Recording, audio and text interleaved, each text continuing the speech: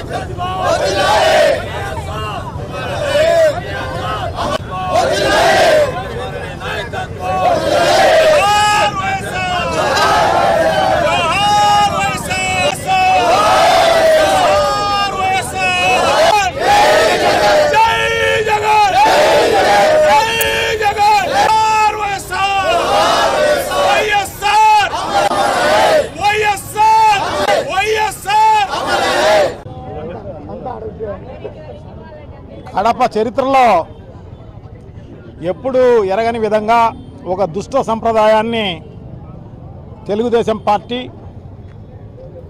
ఈరోజు చేసింది. ఎందుకంటే ఎవరికైనా కూడా ఒక పార్టీలను గౌరవించాల్సిన అవసరం ఉంది. అందులో మహానాయకుడు ప్రజల చేత గొప్పగా కీర్తించబడుతున్న శ్రీ వైఎస్ఆర్ విగ్రహాల కన్నిదానులకు పచ్చతోరణాలు కట్టే సంప్రదాయాన్ని, ఒక దుష్ట సంప్రదాయాన్ని వాళ్ళు తెలుగుదేశం పార్టీకి వాళ్ళు తెరలేపడం జరిగింది. సో దాన్ని తీవ్రంగా ఖండిస్తూ వైఎస్ఆర్ కాంగ్రెస్ పార్టీ నాయకులందరూ, మా డిప్యూటీ సీఎం గారు, ఎక్స్ డిప్యూటీ సీఎం గారు శ్రీ అంజద్ బాషా గారు అయితేనేమి, మా మేయరు సురేష్ బాబు గారు అయితేనేమి, మిగతా నాయకులందరూ కూడా ఈరోజు నిజంగా కూడా చాలా బాధపడి మేమందరం కూడా సో దానికి ఒక అల్టిమేటం ఇచ్చే కార్యక్రమం చేయడం జరిగింది. పెద్ద ఎత్తున ఆందోళన చేస్తామని చెప్పేసి సో అధికారులు తర్వాత ఆ పార్టీ వాళ్ళు కూడా స్పందించి వాళ్ళు తీయడం జరిగింది. సో దాని ఆ పాపం కడగడం కోసం మేమందరం కూడా ఈరోజు వైఎస్ఆర్ విగ్రహం దగ్గర పాలాభిషేకం చేసే కార్యక్రమం చేయడం జరిగింది అన్నమాట. సో ఈ మహానాడు అనేది ఎందుకు జరుపుతున్నారో నిజంగా కూడా ఎవరికి తెలియని విషయమే. ఎందుకంటే ఏం ఉద్ధరించినారని చెప్పేసి వీళ్ళు మహానాడు జరుపుతున్నారు. దాదాపు సంవత్సరం అయిపోయింది తెలుగుదేశం పార్టీ అధికారంలోకి వచ్చి. ఎన్నికల్లో నువ్వు దాదాపు 150-160 హామీలు ఇచ్చినావు. దాంట్లో సూపర్ 6 అని పెద్ద ఎత్తున చెప్పి ప్రజలందరినీ మభ్యపెట్టి మోసం చేసి అధికారంలోకి వచ్చి, అది కూడా ఈఎంఐ మిషన్ల ఈవీఎం మిషన్ల ట్యాంపరింగ్ చేసి ఆ రకంగా అధికారంలోకి వచ్చి నువ్వు ఒక్కటి అమలు చేసిన పరిస్థితి లేదు సంవత్సరం నుంచి. అది ఏమి చేయకపోగా, అది ఏమైనా అభివృద్ధి కార్యక్రమాలు చేసినావు అంటే ఈ రాష్ట్రంలో అది కూడా చేయకపోగా ఈరోజు ఏదో గొప్పగా పెద్ద ఎత్తున మహానాడు అని చెప్పి కడపలో పెట్టే కార్యక్రమం చేయడం జరిగింది.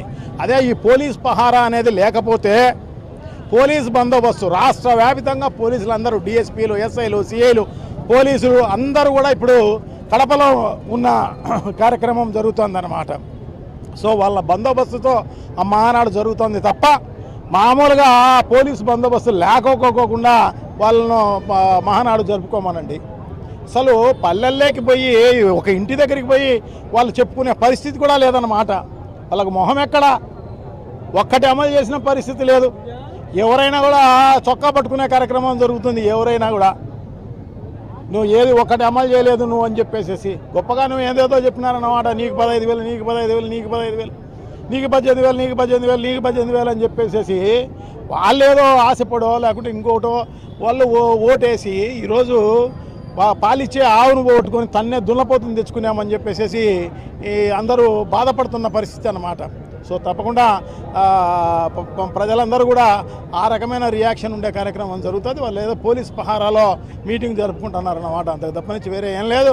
సో ప్రజలందరికీ కూడా బాగా తెలుసు, ఇప్పుడు ఎలక్షన్ పెట్టినా వైఎస్ఆర్ కాంగ్రెస్ పార్టీకి 175 సీట్లకు 175 సీట్లు వచ్చే కార్యక్రమం తప్పకుండా జరుగుతుంది అని చెప్పేసి ప్రజలే చెప్తున్నారన్నమాట.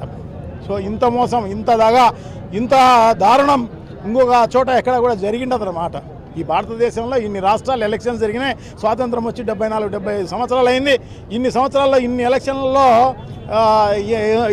ఎవరు చెప్పని అబద్ధాలన్నీ కూడా చెప్పి ఒక్కటి కూడా నెరవేర్చిన పరిస్థితి లేదు. అలాగే అంతకుముందు పరిపాలన జగన్మోహన్ రెడ్డి గారి పరిపాలనలో ఏదైతే మేనిఫెస్టోలో చెప్పడం జరిగిందో, మేనిఫెస్టోలో చెప్పినట్టు అన్నీ కూడా 98-99% అమలు చేసిన ఘనత మా జగన్మోహన్ రెడ్డి గారిది, వైఎస్ఆర్ కాంగ్రెస్ పార్టీది.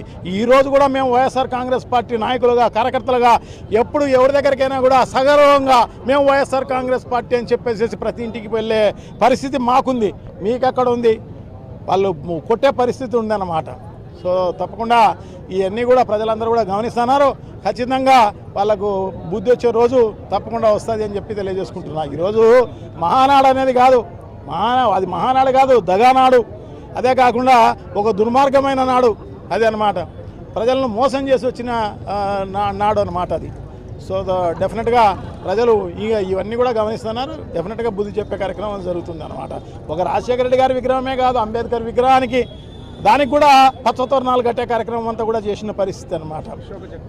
అశోక చక్రానికి దానికి కూడా కట్టే, దానికి మహాత్మా గాంధీకి, అన్నమయ్య విగ్రహానికి, ప్రకాశం పంతుల విగ్రహానికి, శ్రీకృష్ణదేవరాయల విగ్రహానికి ఎవరిని వదలలే అన్నమాట. అందరినీ కూడా వాళ్ళ మెడలకు కట్టిన పరిస్థితి అన్నమాట. ఎంత దారుణం! దీనికి ఒక గౌరవము, ఒక కథ, ప్రజలంటే ఇది ఏమీ లేదన్నమాట. ప్రజాస్వామ్యం అనేది ఏం లేదు, ఇదంతా దోపిడీ రాజ్యం అన్నమాట. వైఎస్ఆర్ కాంగ్రెస్ పార్టీ నాయకులను, కార్యకర్తలను అందరినీ హింస చేసే కార్యక్రమం చేస్తున్నారు తప్ప ఇంకొక కార్యక్రమం చేసిన పరిస్థితి లేదు. సో డెఫినెట్గా బుద్ధి చెప్పే రోజు తొందరలోనే వస్తుంది అని చెప్పి తెలియజేసుకుంటున్నాను. Thank you. మరి ఇవాళ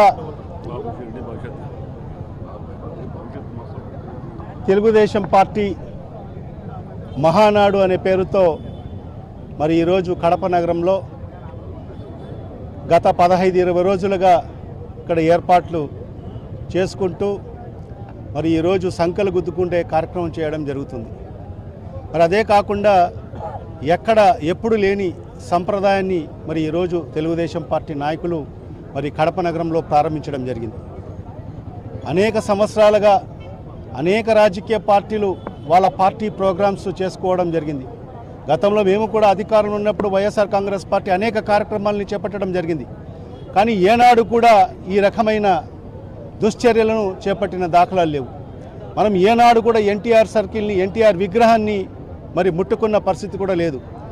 మరి అలాంటి దుస్సంప్రదాయాన్ని మరి ఈరోజు తెలుగుదేశం పార్టీ నాయకులు తెరపైకి తీసుకొచ్చి ఈరోజు ఆ మహానేత దివంగత ముఖ్యమంత్రి డాక్టర్ వైఎస్ రాజశేఖర రెడ్డి గారు ప్రజానాయకుడిగా పేరు పొంది ప్రజల గుండెల్లో ఆయన సుస్థిరమైన స్థానాన్ని సంపాదించుకొని పేద బడుగు బలహీన వర్గాల గుండెల్లో ఒక సుస్థిరమైన స్థానాన్ని సంపాదించుకున్న వ్యక్తిని మరి ఈరోజు పచ్చ తొరణాలతో మరి ఈరోజు అలంకరించడము, మరి అదేవిధంగా ఒక రాజశేఖర రెడ్డి గారినే కాకుండా జాతీయ నాయకులు డాక్టర్ బిఆర్ అంబేద్కర్ గారు అయితే ఏమి, మహాత్మా గాంధీ గారు అయితే ఏమి, మరి అదేవిధంగా శ్రీకృష్ణదేవరాయలు అయితే ఏమి, అన్నమాచార్యులు అయితే ఏమి, మరి ఈ రకంగా అనేక మంది స్వాతంత్ర సమరయోధులు కూడా ఉన్నారు. అలాంటి నాయకుల్ని కూడా వదలకోకుండా, వాళ్ళ విగ్రహాలు కూడా కనిపించుకోకుండా మరి పచ్చ తోరణాలు మరి కట్టే సంస్కృతి మరి ఈరోజు కడప నగరంలో ఈరోజు తెలుగుదేశం పార్టీ నాయకులు తెరపైకి తీసుకురావడం జరిగింది. ఎందుకంటే వీళ్ళ ఆలోచన ఏంటంటే, నిజంగా ఈరోజు చాలామంది తెలుగుదేశం పార్టీ నాయకులు మాట్లాడుతున్నారు, ఇది జగన్ గడ్డ, ఆ గడ్డ పైన మేము ఈరోజు మహానాడు నిర్వహిస్తున్నామని చెప్పడం జరుగుతుంది. అయ్యా, మీరు చెప్పినా చెప్పకపోయినా ఈ వైఎస్ఆర్ జిల్లా అనేది జగన్ గడ్డ, జగన్ అడ్డా. మీరు ఈరోజు ప్రజల ఓట్లతో గెలిచిన పరిస్థితి లేదు, మీరు కేవలం ఈవీఎం మిషన్లతో గెలిచిన పరిస్థితే. మీరు ఈరోజు సంకలు గుద్దుకుంటున్నారు.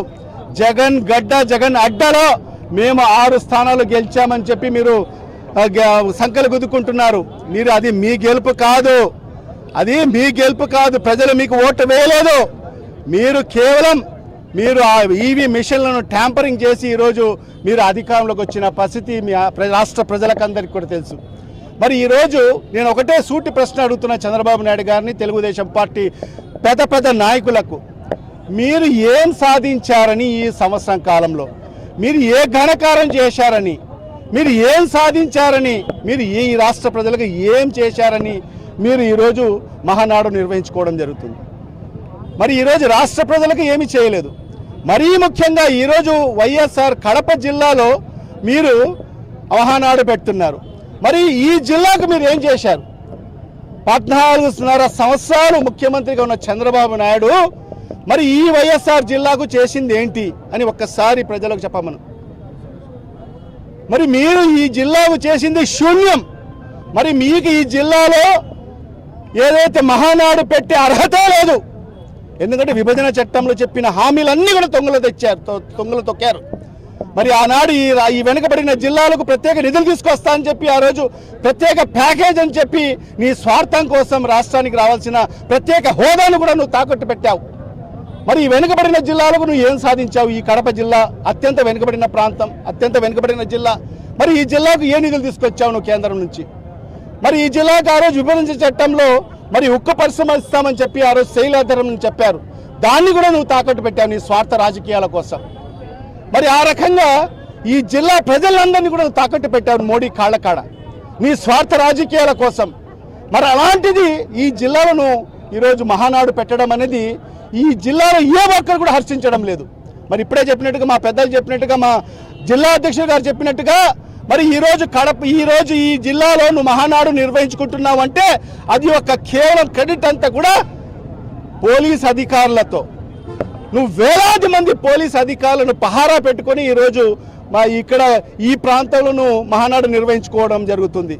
మరి ఈరోజు చూస్తుంటే అన్ని డిపార్ట్మెంట్లకు సంబంధించిన 80% అధికారులకు మరి ఈరోజు వాళ్ళకందరికీ కూడా ఈ మహానాడు పనిలో వాళ్ళకందరికీ కూడా బాధ్యతలు ఒప్పజెప్పడం జరిగింది. అంటే ఇది పార్టీ కార్యక్రమమా లేకుంటే ప్రభుత్వ కార్యక్రమం అనేది కూడా తెలియని పరిస్థితి ఈరోజు రాష్ట్ర ప్రజలకు ఉంది. మరి ఈరోజు పూర్తి యంత్రాంగం అంతా కూడా రాత్రి పౌరులందరూ కూడా అక్కడ మరి ఆ వేదిక పైన ఉండి పని చేయడం జరుగుతుంది. నిన్న మరి గాలివానకు మరి 2 కటౌట్లు పడిపోయి 2 వీఆర్ల తలలు కూడా పగిలిపోయిన పరిస్థితి. మరి ఆ వీఆర్లకు ఏం పని అక్కడ? పార్టీ కార్యక్రమం జరుగుతుంటే మరి అక్కడ వీఆర్ఓలకు ఏం పని, అక్కడ అధికారులకు ఏం పని? మరి ఈ రకంగా ప్రోటోకాల్ అని చెప్పుకొని మరి ప్రోటోకాల్ పేరుతో జిల్లా కలెక్టర్ స్థాయి నుంచి క్షేత్ర స్థాయి వరకు కూడా అందరు అధికారులను కూడా వాళ్ళ సర్వీసెస్ని వినియోగించుకొని మరి ఒక పార్టీ ప్రోగ్రామ్ని ఒక ప్రభుత్వ కార్యక్రమంగా మార్చి మరి ఈరోజు నువ్వు ఏం చేయాలనుకుంటున్నావు అని చెప్పి కూడా ఈ రాష్ట్ర ప్రజలకు ఈ మహానాడు ద్వారా ప్రజలకు నువ్వు సమాధానం చెప్పాల్సిన అవసరం ఉంది చంద్రబాబు నాయుడు. మరి నువ్వు చెప్పిన హామీలు ఎన్ని చెప్పావు? 146 హామీలు ఇచ్చావు. సూపర్ 6 అన్నావు, సూపర్ 7 అన్నావు. 1 సంవత్సరం అయిపోయింది, ఏ ఒక్క హామీని నెరవేర్చావా? మహిళలకు నువ్వు ఏమన్నా చెప్పిన 1500 ఇస్తానని చెప్పావు, ఇచ్చావా? మరి మహిళలకు ఉచిత బస్సు అన్నావు, ఇచ్చావా? మరి నిరుద్యోగులకు నిరుద్యోగ భృతి ఇస్తా అని చెప్పావు, ఇచ్చావా? రైతులకు 20,000 రూపాయలు పెట్టుబడి నిధి కింద ఇస్తా అని చెప్పావు, ఇచ్చావా? ఒక నయా పైసా అన్నా? ఈరోజు రైతులందరూ కూడా ఈరోజు పండిన పంటలకు గిట్టుబాటు ధర లేక ఆత్మహత్యలు చేసుకునే పరిస్థితి ఉంది. మరి ఎవరికైనా నువ్వు ఒక్క రైతుకైనా నువ్వు సాయం చేసిన పరిస్థితి ఉందా ఈ సంవత్సర కాలంలో? మరి ఈరోజు ఏమి చేయకోకుండా ఈరోజు అన్నీ కూడా మభ్యపెట్టి, ప్రజలను మభ్యపెట్టి వాళ్ళ ఓట్లు దన్నుకొని ఈరోజు అధికారంలోకి వచ్చిన తర్వాత అందరినీ కూడా మోసం చేసి, ఎందుకంటే మోసం చేయడం అనేది చంద్రబాబు నాయుడుకు వెన్నుతో పెట్టిన విద్య. ఎందుకంటే ఆయన సొంత పిల్లనిచ్చిన మామనే వెన్నుపోటు పొడిచి మరి ఈరోజు అదే ఎన్టీ రామారావు గారిని మరి అక్కడ మహానాడులో దండ వేస్తావు. మరి నువ్వే చెప్పావు, మరి ఏదైతే రాధాకృష్ణ ఒక ఇంటర్వ్యూ పెడితే దాంట్లో నువ్వే చెప్పావు అతని పేరు లేకుండా చేయాలని చెప్పి నా యొక్క ఉద్దేశం అని చెప్పి. మరి అలాంటి కుట్రలు పడిన వ్యక్తివి నువ్వు. మరి ఈరోజు ఆ మహానేత ఎన్టీ రామారావు గారి పేరు పెట్టుకొని ఈరోజు ఆ విగ్రహానికి దండ వేసి ఈరోజు మహానాడు జరుపుకోవడం జరుగుతుంది. మరి దీనికన్నా వెన్నుపోటు ఏదైనా ఉంటుందా? మరి అలాంటి పిల్లనిచ్చిన మామనే వెన్నుపోటు పుట్టిన వ్యక్తివి నువ్వు. ప్రజలకు వెన్నుపోటు పోవడం అనేది నీకు ఏది వెన్నుతో పుట్టిన విద్య. మరి ఈరోజు ఒకటే, మేము కూడా దీన్ని తీవ్రంగా ఖండిస్తున్నాం. ఖచ్చితంగా నువ్వు ఏదైతే హామీలు ఇచ్చావో మరి ఈరోజు బహిరంగంగా ఈరోజు ప్రజలకు క్షమాపణ చెప్పాల్సిన అవసరం ఉంది. మహానాడు వేదికపై నుంచి ఈ రాష్ట్ర ప్రజలకు క్షమాపణ చెప్పాల్సిన అవసరం ఉంది. నేను అబద్ధాలు ఆడాను నా రాజకీయ స్వార్థాల కోసం, మరి ఈరోజు ఖచ్చితంగా నేను దాన్ని అమలు చేస్తానని చెప్పి ప్రజలకు క్షమాపణ చెప్పి చంపలేసుకొని మరి ఖచ్చితంగా రాబో రోజుల్లో నేను ఇచ్చిన హామీ ప్రతి ఒక్కటి కూడా నెరవేరుస్తానని ఈ రాష్ట్ర ప్రజలకు చెప్పాల్సిన బాధ్యత ఈ ముఖ్యమంత్రిగా చంద్రబాబు నాయుడు గారికి ఉందని చెప్పి కూడా ఈ సందర్భంగా తెలియజేసుకుంటున్నాను.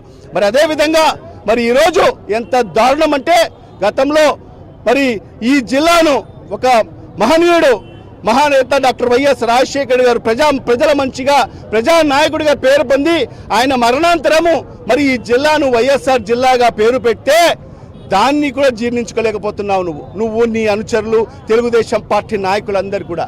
ఎందుకు వైఎస్ఆర్ అంటే మీ అందరికీ కూడా ఉచ్చపడుతుంది? ఎందుకు మీకు వణుకులో భయం పుడుతుంది వైఎస్ఆర్ అంటేనే?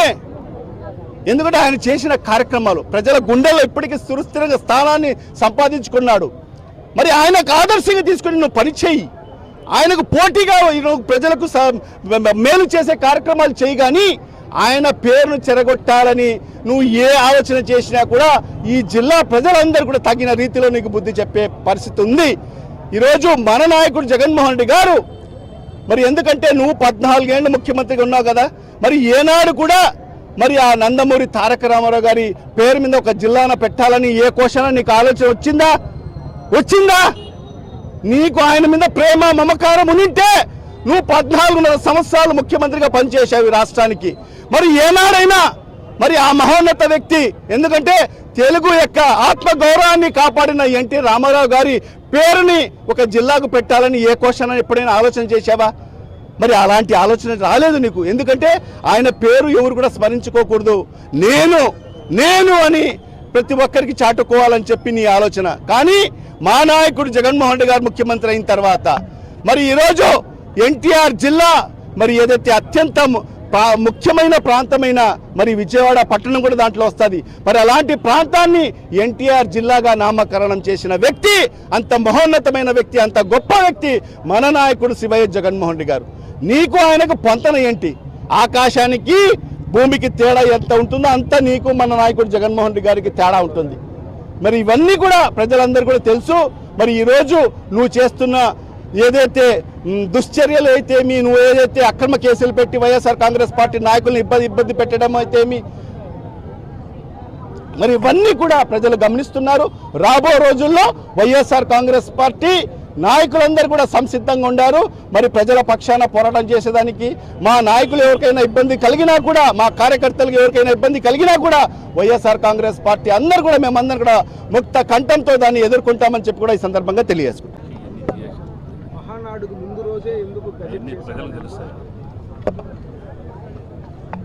తెలుగుదేశం కూటమి అధికారంలోకి 1 సంవత్సరం అవుతుంది. 1 సంవత్సరంలో ఎన్నో ఉచిత హామీలు ఇచ్చి జగన్మోహన్ రెడ్డి ప్రవేశపెట్టే సంక్షేమ పథకాలతో పాటు సూపర్ 6 పథకాలు కూడా ప్రవేశపెట్టి అన్నీ చేస్తాను, ఎంతమంది బిడ్డలుంటే అందరికీ 15,000 లెక్కన ఇస్తానని చెప్పి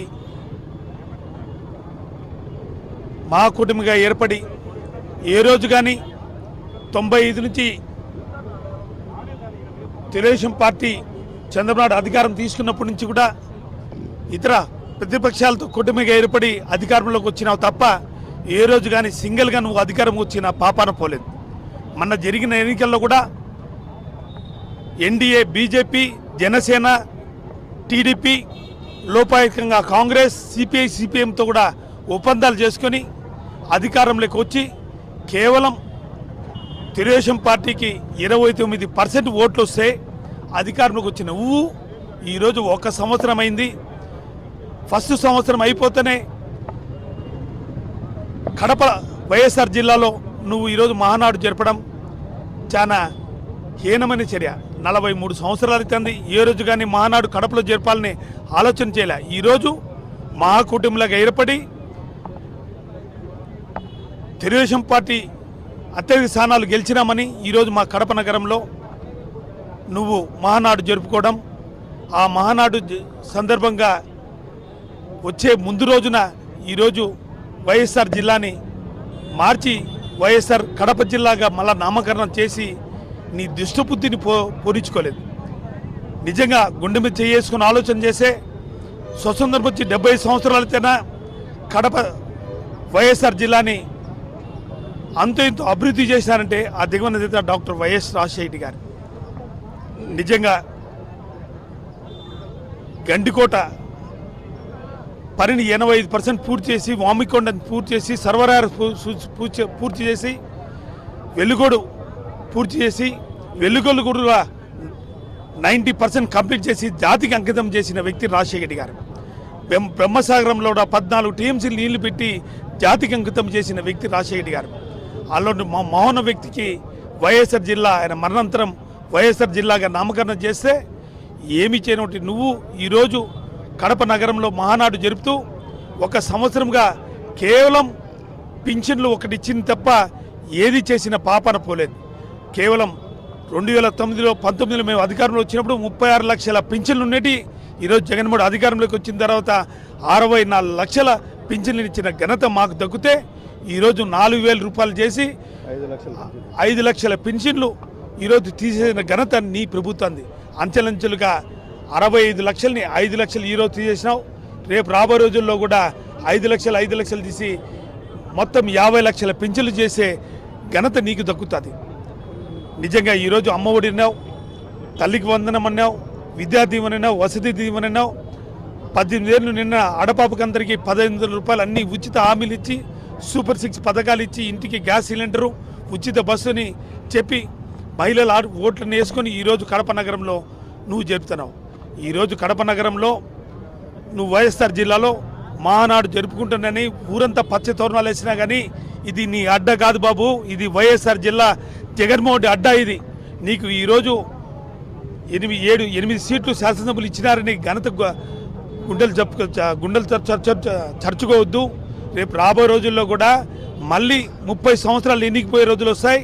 0 డిజిట్స్ శాసనసభ్యులే కాదు, అన్ని స్థానిక సమస్యల్లో కూడా వైఎస్ఆర్ కాంగ్రెస్ పార్టీ విజయదుందుబి మోగిస్తుంది.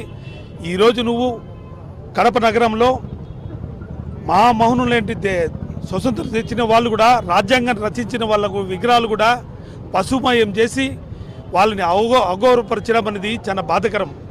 మన రాజ్యాంగాన్ని రచించిన వ్యక్తి అంబేద్కర్ విగ్రహానికే పచ్చతోరణాలు కట్టి, ఆంధ్రకేసరికి పచ్చతోరణాలు కట్టి, మనం స్వతంత్రం తెచ్చిన మహాత్మా గాంధీకే పచ్చతోరణాలు కట్టి, శ్రీ పొట్టి శ్రీరాములు ఆంధ్ర రాష్ట్రాన్ని ఇచ్చిన వ్యక్తికి పచ్చుమయం చేసి కేవలం పచ్చమయం నువ్వు చేసిన మాత్రాన మహామౌనుల పేర్లు చిరస్థాయిగా ఉంటాయి.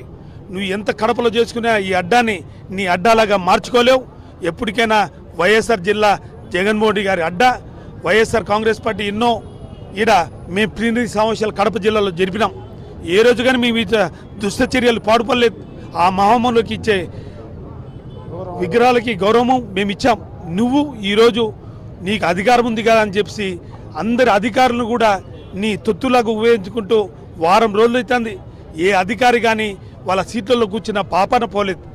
ఈవెన్ కలెక్టర్ కానించి, జేసీ కానించి, పోలీస్ వ్యవస్థ కానించి, కానిస్టేబుల్ కానించి, ఆర్ఐల కానించి, జూనియరిస్టుల కానించి, ఎంఆర్ఓల కానించి అందరూ మహానాడులో నిమగ్నమై నీకు తొత్తులుగా పనిచేస్తున్నారు తప్ప ప్రజల సమస్యల మీద పనిచేసిన పాపాన పోలేదు. వారం నుంచి ప్రతి ఒక్క పేద ప్రజలు ప్రతి ఒక్కరు కూడా వాళ్ళు కలెక్టర్ ఆఫీసర్కి, ఎంఆర్ ఆఫీసర్ చుట్టూ తిరుగుతున్నా కానీ, పోలీసు వ్యవస్థలో ఏదన్నా కంప్లైంట్ ఇచ్చేదానికి పోయినా కానీ ఎవరెత్తునా మహానాడులో ఉన్నాం, బిజీగా ఉన్నాం, మహానాడు అయిపోయిన తర్వాత రాండి అని చెప్తుంటే ఈరోజు ప్రజలు అసహించుకున్న పరిస్థితి నువ్వు దాపరించినావు.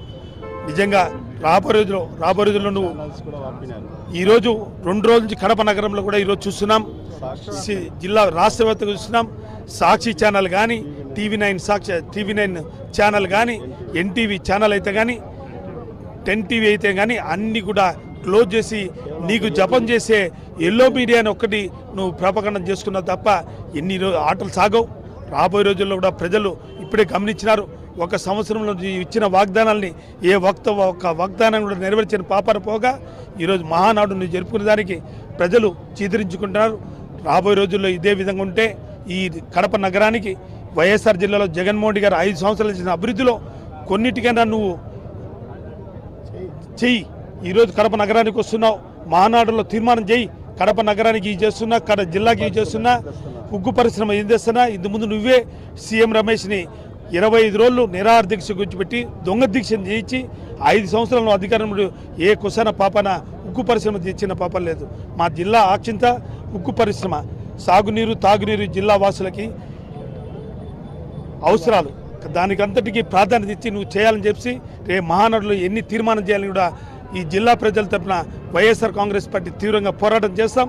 రాబోయే రోజుల్లో కూడా నువ్వు చేసేందుకు కూడా వైఎస్ఆర్ కాంగ్రెస్ పార్టీ ప్రజల పక్షాన్ని నిలబడతాం కూడా తెలియజేసుకుంటున్నాం.